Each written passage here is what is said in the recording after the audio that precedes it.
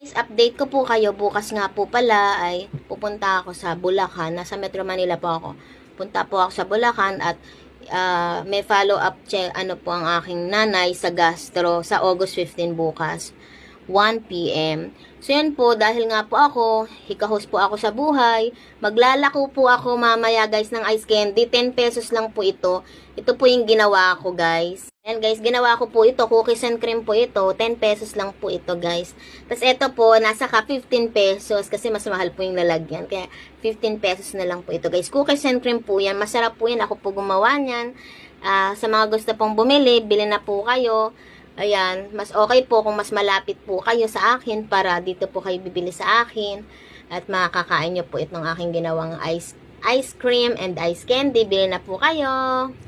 Ayan, pang dagdag gastos kasi syempre, diba, magastos pagkaalis.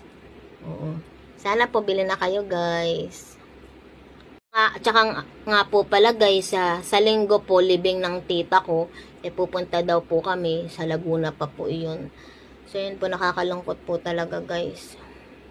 Nanay ko din nalulungkot at nawala na yung ate niya. Kwento niya sa akin nung panahon na hindi na ako nakakapagpadala, yun din nagpapadala sa kanya. So, yun po, guys. Sana bili na po kayo, pandagdag gastos.